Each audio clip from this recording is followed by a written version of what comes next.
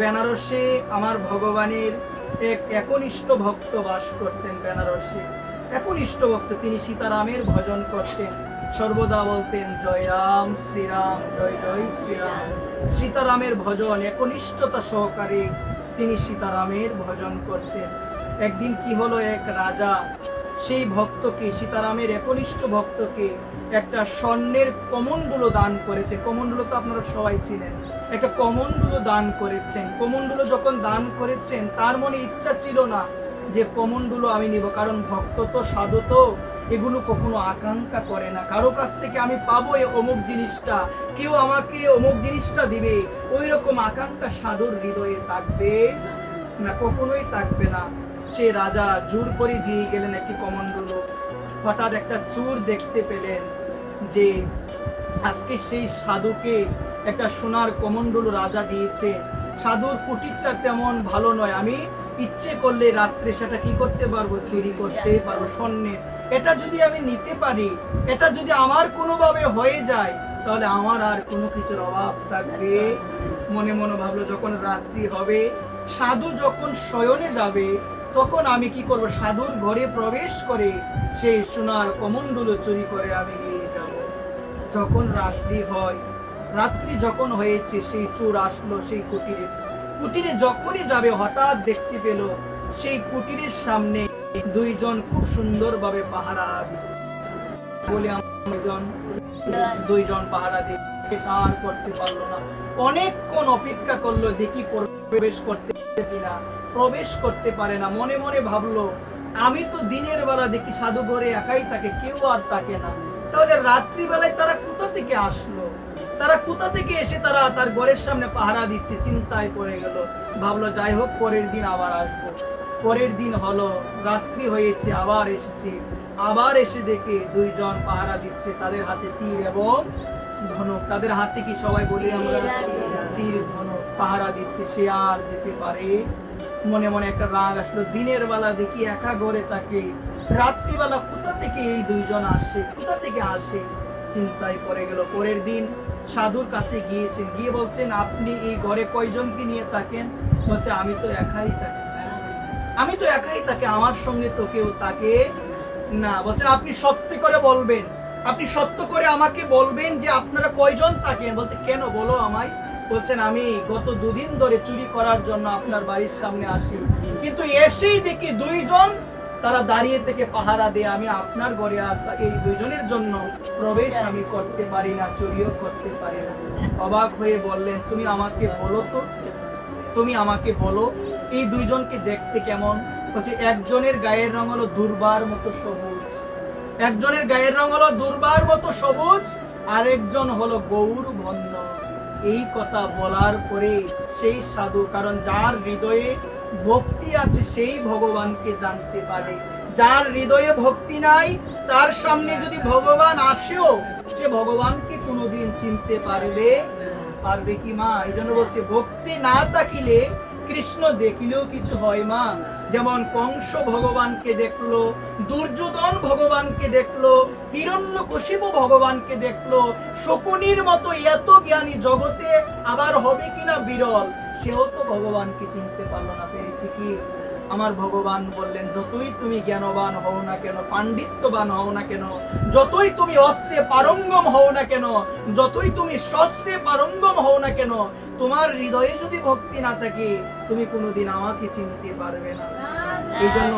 এই জন্য গীতায় বলছেন ভগবান, অবজানন্তি মাম মুরা মানসিং তনমাশ্রিত। হে অর্জুন, আমি যখন মনুষ্য রূপে জগতে অবতীর্ণ হই, সাধারণ মানুষ তারা আমাকে না জেনে, তারা আমাকে সাধারণ মানুষ বলে তারা আমাকে অবজ্ঞা করে। তারা আমার পরম ভাব জানতে পারে। কারা জানতে পারে? যাদের হৃদয়ে গোবিন্দের প্রতি ভালোবাসা রয়েছে। ভালোবাসা যদি না থাকে, আজকে যদি আমার দুয়ারে ভগবান আসেও মা, আমি তাকে চিনতে পারবো? আমি তাকে চিনতে পারবো না। ওই জন্য বলছেন, জ্ঞান দিয়ে, পাণ্ডিত্য দিয়ে ভগবানকে জানা যায় না, তর্কের মাধ্যমে ভগবানকে চিনা যায় না, বোঝা যায় না। ভগবানকে যদি বুঝতে চাও, একমাত্র প্রেম এবং ভালোবাসা, এই ছাড়া ভগবানকে কোনোদিন বোঝাও যাবে না, কোনোদিন পাওয়া যাবে না। আজকে সেই বেনারসের সেই সাধু এই কথাটি শুনেই বুঝতে পারলেন এই যে দুইজন, এই দুইজন আর কেউ না। তিনি কার ভজন করতেন গো মা? সীতারামের ভজন করতেন। আমার রাম ভগবান, তার গায়ের রং হলো দুর্বার মতো সবুজ। ভগবান রামের গায়ের রং কেমন গো মা বলো? দুর্বার মতো সবুজ। আর লক্ষণের গায়ের রং হলো গৌর বর্ণ। সবাই বলো না কি বর্ণ? তিনি বুঝতে পারলেন এই দুইজন আর কেউ না। সঙ্গে সঙ্গে ঘরে গেলেন, ঘরে গিয়ে কমণ্ডল হাতে নিয়ে চোরের কাছে দিয়ে বলে, এটা নিয়ে যাও, এটা আমার আর লাগবে না, এটা আমার আর লাগবে না। অবাক হয়ে বললেন, কেন আপনি আমাকে দিয়ে দিলেন কেন? বললেন, যে জিনিসটা আমার ঘরে থাকার জন্য আমার ভগবান রাম লক্ষ্মণকে পাহারা দিতে হয়, সেই জিনিস আমি আর ঘরে রাখবো না। এই কথা আমরা বলবো কি? আমি হইলে অথবা বলতাম, আহা, ভগবান আমার দ্রব্য রক্ষার জন্য ভগবান পাহারা দেয়, আমি কত বড় ভক্ত। সে বলল, আজকে সামান্য একটা দ্রব্যের জন্য চোর এসে নিয়ে যাবে, এই জন্য ভগবান পাহারা দেয়। আমি কি এমন ভক্ত হলাম যে আমি আমার ভগবানকে পাহারাদার হিসেবে রাখলাম? এই দ্রব্যের আমার প্রয়োজন নাই, এই দ্রব্যের আমার দরকার নাই। যে দ্রব্যের জন্য ভগবান পাহারাদার হয়, সেই দ্রব্য আমি আমার কাছে রাখবো না। এটা হলো ভক্তদের জীবন।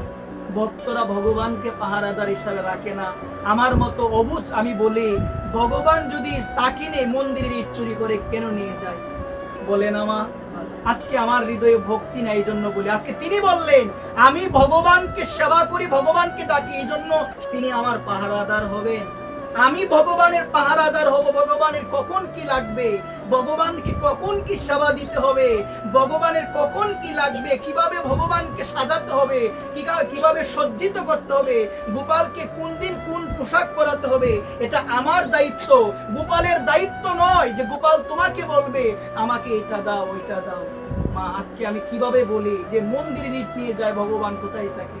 সমাজের লোক বলে কেনা, বলে কিনা? সবাই বলেন ওই রকম কথা সবাই বলে যে ইট কেন নিয়ে যায়, মন্দিরের জিনিস চুরি হয়ে যায় কেন, ভগবান কি দেখে না? আমার অনেক সময় হাসি পাই কথাগুলো শুনে। তাহলে তোমার ভজন আমি বুঝে গেলাম, তুমি ভগবানকে ভেবেছো ভগবান পাহারাদার, তুমি পাহারা দিবে, আর তুমি ভেবেছো ভগবান পাহারাদার, ভগবান দেখবে।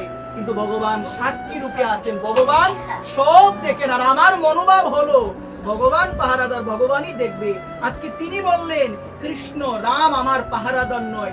যে দ্রব্যের জন্য আজকে তিনি পাহারাদার হয়েছেন, সেই দ্রব্য আমার প্রয়োজন নয়, কারণ আমি হলাম তার পাহারাদার, আমি হলাম তার সেবক, তিনি আমার সেবক নয়। একবার সুধীবৃন্দকে আমাদের ধ্যানপূর্বক জানা প্রয়োজন, যারা একনিষ্ঠতা সহকারে ভগবানকে ভালোবাসে, আমার নিতাই চাঁদকে ভালোবাসে, তারা কখনো এই ধরনের কোনো কথা তারা বলবে না। এই জন্য সুধীবৃন্দ, যদি হৃদয়ে শুদ্ধ প্রেম, যদি হৃদয়ে সেই ভালোবাসা আমার এসে যায়, সুধীবৃন্দ বলছেন, আমার হৃদয়ে কাম, ক্রোধ, লোভ, মদ, মোহ, মাৎসর্য থাকবে না। এটা হবে, সংসারে থেকেও হবে, সংসারে থেকেও হবে। আমরা অনেকে বলি সংসারে থাকলে কি আর এত কিছু সম্ভব হবে? মা, যদি মনটা সংসারকে না দিয়ে একটু ভগবানের চরণে আমরা নিয়োজন করতে পারি, যদি একটু নিয়োজিত করে দিতে পারি, যদি লাগাতে পারি ভগবানের চরণে, তাহলেই দেখবেন সম্ভব।